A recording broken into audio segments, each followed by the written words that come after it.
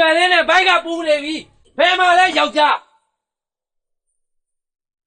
ငါ့ကိုတင်းချိုင်းမှာတော့ဝိုင်းကြည့်နေတာလက်ဆက်တတ်တော့ဒီဘိုက်ကြောင့်ကိုအမေကျွန်တော်နဲ့ဆိုရင်သမီးကိုစိတ်မချဘူးဆိုအခုဒီမှာသမီးကဘိုက်ကြည့်နေအရာတဲ့အခုမှကျွန်တော်ပြန်ရောက်လာတယ်ဒီမျက်နှာကြီးဘယ်လိုပြမှာတော့ဟဲ့အချိန်လုံးပြစ်ထားပြီးတော့အခုမှတန်ကောင်းလာဟစ်နေနဲ့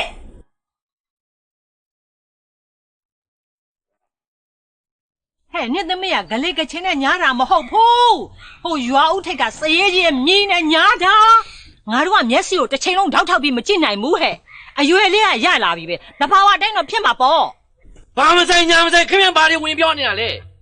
စိတ်မချထားရိုက်ပလဲကဟာ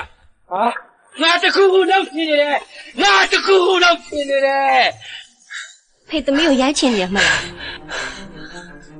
ရိုက်လိုက်ယူ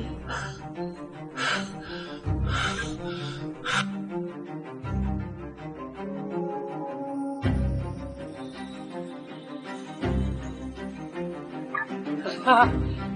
你妹妹快过来ခင်ဗျားလဲပြီးပြင်မိမယ်သွားပြောပါလားအဲ့ဒီ